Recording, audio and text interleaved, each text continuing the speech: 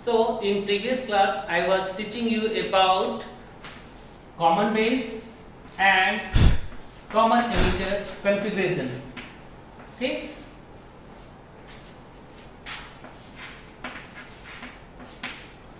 So in common base and in common emitter configuration we had studied, or I had taught you about how to calculate Ri, how to calculate R output, and how to determine, how to measure the input and output characteristics in case of common base and common emitter configuration in BJT transistor. Okay. And also you have seen about ICBO and ICEO.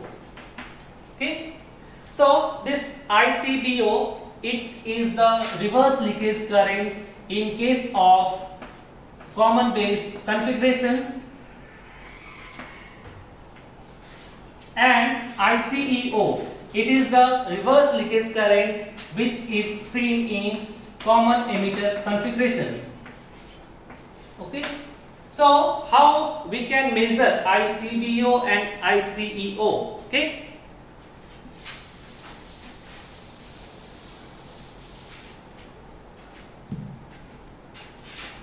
Suppose this is NPN transistor, okay, and this is base, and this is collector terminal, and this is emitter terminal. This is NPN transistor. Why this is NPN transistor? Because of this arrow. Okay.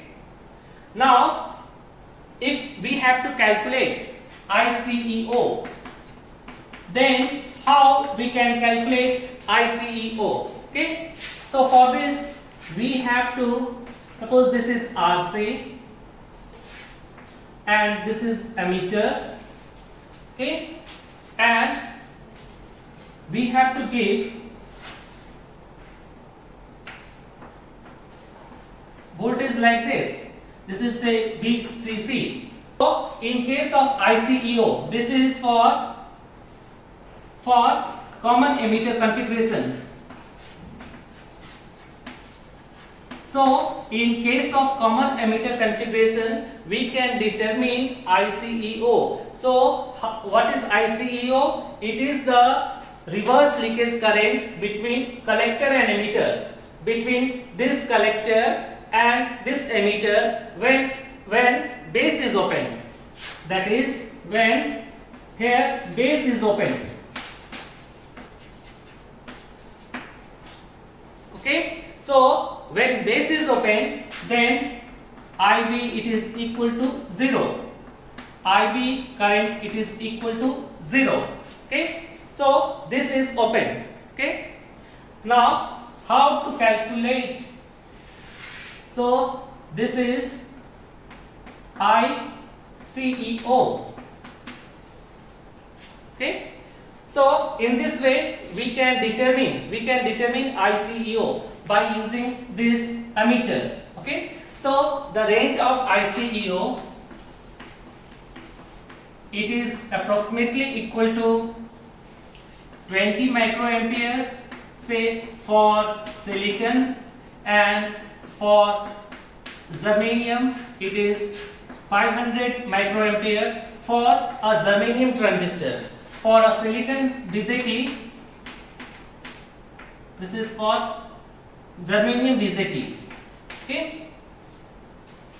The value of ICEO, it is approximately equal to 20 microampere for a silicon BJT, and it is approximately equal to 500 microampere for a germanium BJT. Okay. So in this way we can determine ICEO. Now if in any transistor, if emitter and collector both are short, or if we are getting a very high leakage current, then we can say that this transistor it is damaged. Okay. So if suppose emitter and collector both are shorted, then in that case the reverse leakage current it will be very high. So we can detect whether the transistor is okay or not. Okay, so if the reverse leakage current, if it is in this range, then it is in working condition. But if the reverse leakage current is very high, then we can say that very high current, it is due to short. It is due to short of collector and emitter. Okay, so in this way we can determine ICEO, which is in common emitter configuration. Okay, now how we can determine ICBO? We can see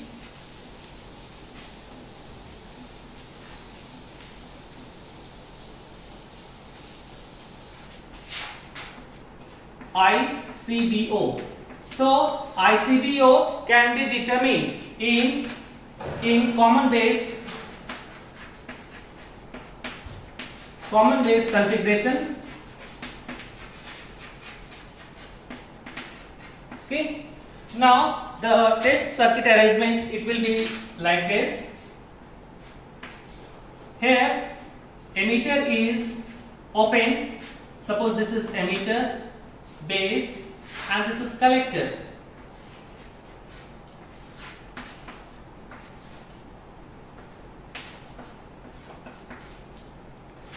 Okay,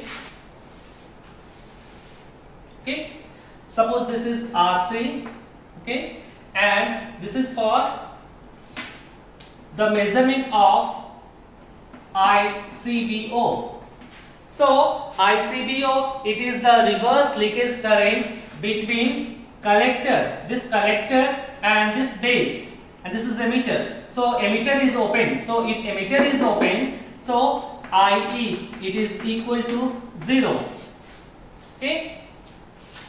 Now it is the reverse leakage current between collector and emitter, between collector and base when emitter is open, and this happens in this ICBO, it happens in common base configuration. Okay. So in this way we can determine ICBO, and ICBO, its range, typical value, it is equal to 1 microampere for silicon based BJT and 5 microampere for germanium based BJT. Okay, so as compared to ICBO, ICBO is very small. Okay, its value is very small. Here ICBO, this leakage current is very small. So we can see that we are saying that in common base configuration and in common emitter configuration, in common base configuration, leakage current is very small as compared to common emitter configuration. Here the leakage current is ICEO. Here the leakage current is ICBO. Now, if this leakage current, if it is very high, then it may be due to short in these two terminal, collector and base. Okay, so we will get a very high reverse leakage current. So in that case we can say that the BJT transistor, it is not in good condition. Okay, so in this way we can also test whether the transistor is working or not. Okay, so if collector and base, if both are shorted, okay, then in that case ICBO, it will be very high. Now we will see about common collector configuration. Okay, so this is NPN transistor, and this is emitter terminal, this is base terminal, and this is collector terminal. So in common collector configuration, this collector terminal, it is common to both input as well as to the output. That is why this BJT, it is known as, it is in common collector configuration, because you see this collector is common to both input and to output. That is why it is known as, it is in common collector configuration. Okay, so in common collector configuration, this is generally this base collector junction, it is forward biased, and emitter collector junction, this is reverse bias. Okay, this is in general case. Forward bias and this is reverse bias. Okay, and so in forward bias, this base terminal, it is connected to this external voltage is VVB, and here external voltage is VEE, and output is we can measure the output across RC. Okay, and this is the direction of IB, IC and IE. Okay, and this is NPN transistor. So this is N, this is P and this is N. Okay, so this P type, it is connected to positive terminal of the external voltage source, and this N type, it is connected to the negative terminal of the external voltage source. That is why it is forward biased, and this is reverse biased, like the same. Okay, so this negative terminal, it is connected to positive terminal. So here we can see that this emitter collector junction, it is in reverse bias condition. Okay, now this circuit diagram is for PNP. So we can see that by using PNP transistor, this is in forward bias case and this is in reverse bias case. Okay, so this is in common collector configuration. So from common collector configuration, how we can determine Ri and how we can determine R output. Okay, we can determine R input and R output by plotting the input and output characteristic curve. Okay, so here we can see in this figure, we can see here this figure, this is the input characteristic curve of common collector. This is input characteristic curve. Input characteristic curve of common collector configuration. Okay, BZT. So input characteristic curve, it is the graph between IB. What is IB? IB is the input current. IB, it is in microampere range. It is very small. Okay, versus VBC. So it is the graph between IB versus VBC for constant values of VEC. Okay, so in this way we can plot the input characteristic curve. Similarly, output characteristic, this is the output characteristic curve in case of common collector configuration. So this is the graph between IE versus VEC for different values of IB. What is IE? It is the output current. IE is the output current versus VEC for different values of IB, means different values of input current. Okay, so in this way we can plot the input and output characteristic curve in case of common collector configuration. So from input characteristic curve we can determine Ri. How we can determine Ri?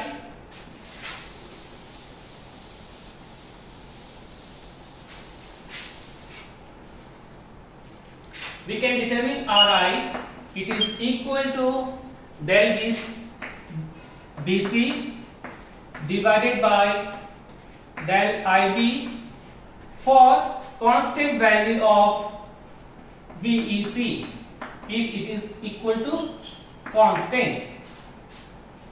Okay, similarly R output, it is equal to del VEC divided by del IE for constant value of IB. Okay, so in this way we can determine Ri and RO. So from the expression of Ri, we are saying that it is equal to del VBC divided by del IB. for constant value of VEC. Okay, so from this expression see, del IB it is in microampere range and VBC it is in voltage. It is in voltage. Similarly VEC it is again in volt. This is in volt range. Okay, and this is in microampere range. So this change is very small as compared to change in VBC. So we are saying that Ri is very high because this change it is in microampere range and this change it is in volt, its range is in volt. Okay, so here we are saying Ri it is very high. Now here our output in this case del VEC divide, it is the ratio of del VEC and del IE for constant value of IB. Okay, and here we are saying that our output it is very small because for a small change in VEC, we are also observing a sharp change in IE. That is why del IE it is also large for a small change in VEC. That is why our output it is very small. Okay, so in this way we can determine our input resistance and output resistance in case of common collector configuration. Okay.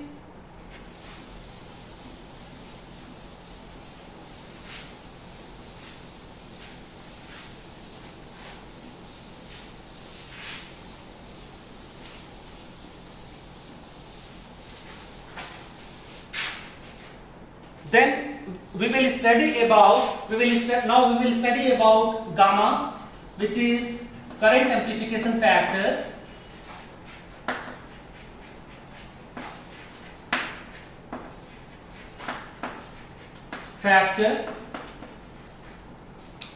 In common collector configuration.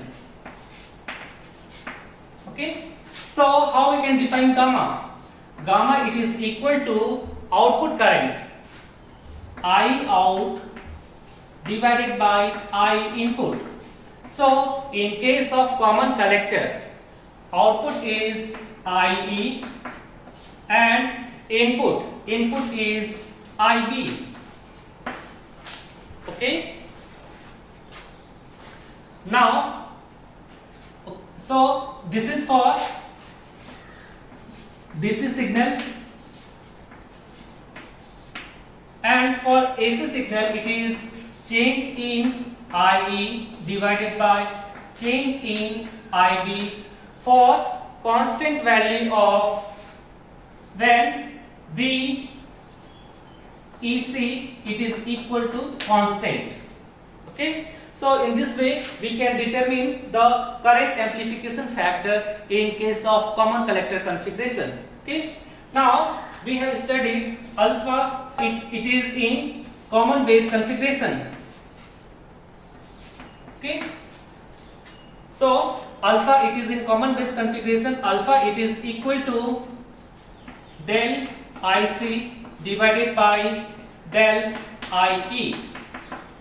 Similarly beta, which is the current amplification factor in case of common emitter configuration, it is equal to del IC divided by del IB. Okay, this is beta, alpha and gamma. What is gamma? Gamma is current amplification factor in case of common collector configuration. What is alpha? Alpha is current amplification factor in case of common base configuration. What is beta? Beta is current amplification factor in case of common emitter configuration. Now we see expression for beta, it is equal to del IC divided by del IB, and expression for gamma is del IE divided by del IB. Now as IE is approximately equal to IC, and IE is somewhat more than IC. So we can say that gamma is approximately equal to beta, but it is slightly higher. Gamma is slightly higher than beta from these two expressions. It is del IE divided by del IB, and it is del IC divided by del IB. And del IE is approximately equal to del IC, but it is somewhat more because IE it is equal to IB plus IC from this. Okay, and IB is very small. Okay, so approximately IE is approximately equal to IC. Okay, so in this way we can say that gamma is approximately equal to beta, but gamma is slightly more than beta. Okay, now how we can relate among three parameters?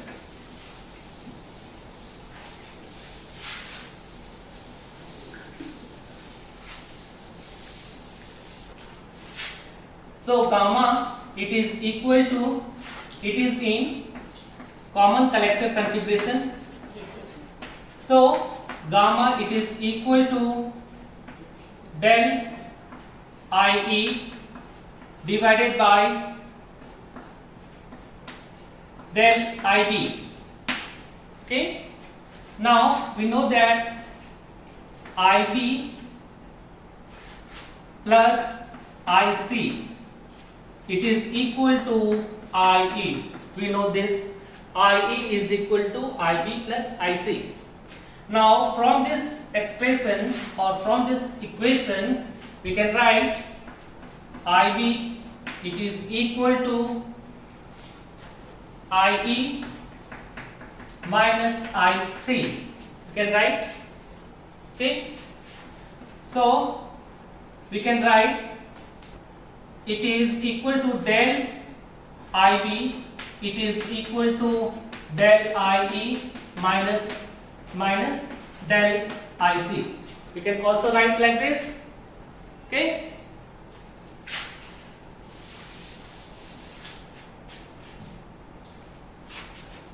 now same equation, del IB it is equal to del IE minus del IC. Okay, 1 by del IB it is equal to 1 by del IE minus del IC. You can write like this. Now multiply this with del IE. So it is del IE divided by del IB. It is equal to del IE divided by del IE minus del IC. Okay, so from this expression we can write like this. Then what is del IE by del IB?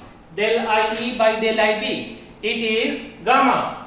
So gamma it is equal to del IE divided by del IE minus del IC. Okay, again we divide this with del IE, again del IE. Okay, so gamma it is equal to, gamma is equal to 1 divided by 1 minus, what is del IC by del IE? What is del IC? See, alpha it is equal to, this is in common base configuration. In common base configuration alpha it is equal to del IC divided by del IE. And how we can write beta? Beta it is equal to, which is in common emitter configuration, it is equal to beta it is equal to del IC by del IB, which is in common emitter configuration. Okay, so del IC by del IE, del IC by del IE, it is alpha. Okay, so gamma is equal to 1 divided by 1 minus alpha. Okay,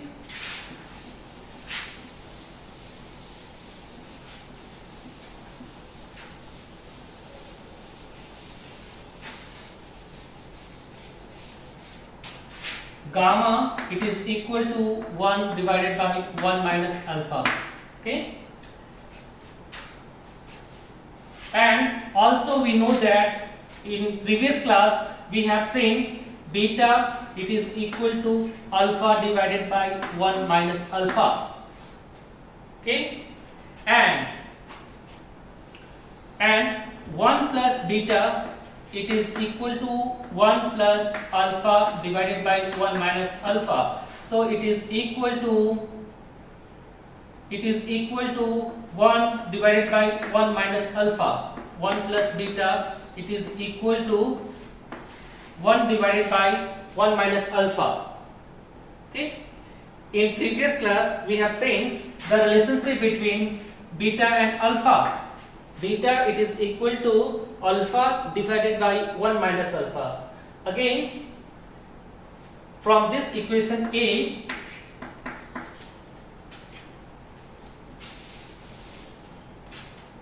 if we will add 1 to this side and to this side, then it is 1 plus beta, it is equal to 1 plus alpha divided by 1 minus alpha. So from this, it is 1 plus beta, it is equal to, if we will solve it, it is 1 minus alpha plus alpha. So it is 1 divided by 1 minus alpha. Okay, so it is 1 divided by 1 minus alpha, so it is equal to 1 plus beta. So we can relate between alpha, beta and gamma. How?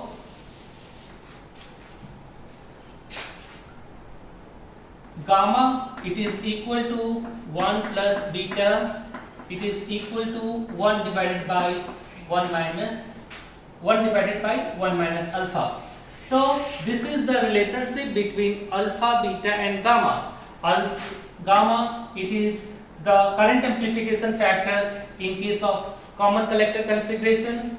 Beta, it is in common emitter configuration, and alpha, it is in common base configuration. All these are current amplification factor. So from this equation we can see that gamma is approximately equal to beta, but it is slightly more than beta by 1.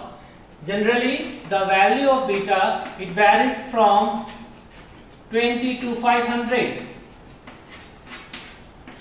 Okay, and value of alpha 0.9 to 0.99. Okay, so it is gamma, it is 1 plus beta. Okay, so approximately gamma and beta both are same, but gamma is higher than beta. Okay, now we will see about how we can derive the collector current in case of common collector configuration, IC. How we can derive it? As we know that IC, it is equal to alpha IE plus ICBO. Okay, this is in case of common base configuration. From common base configuration we can write IC, it is equal to alpha IE plus ICBO, and we know that IE, it is equal to IB plus IC. Okay, now it is equal to, we can write IE, it is equal to IB plus IC, it is equal to alpha IE plus ICBO.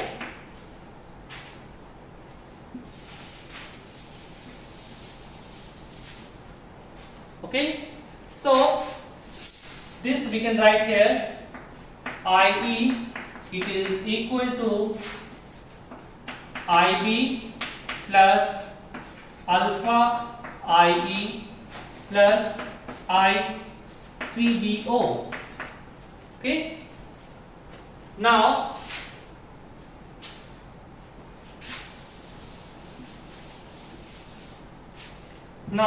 we can write IE 1 minus alpha, it is equal to IB plus ICBO. You can write like this: IE, it is equal to IB divided by 1 minus alpha plus ICBO divided by 1 minus alpha. And 1 divided by 1 minus alpha, just now we have seen gamma, it is equal to 1 divided by 1 minus alpha. So it is equal to gamma IB plus ICEO. Okay, so it is the reverse leakage current. It is the 1 divided by 1 minus alpha, or we can write like this: gamma into ICBO, or the same, or it can be also written as it is equal to ICEO. This expression ICBO divided by 1 minus alpha, it is equal to ICEO. It is the reverse leakage current. It is the reverse leakage current. Okay, so it is equal to gamma into ICBO, like this. So this is the expression for emitter current, and IC, it is approximately equal to IE. So it is equal to gamma IB plus, either we can write ICEO or gamma ICBO. Okay, so in this way we can express the collector current in case of common collector configuration. Okay.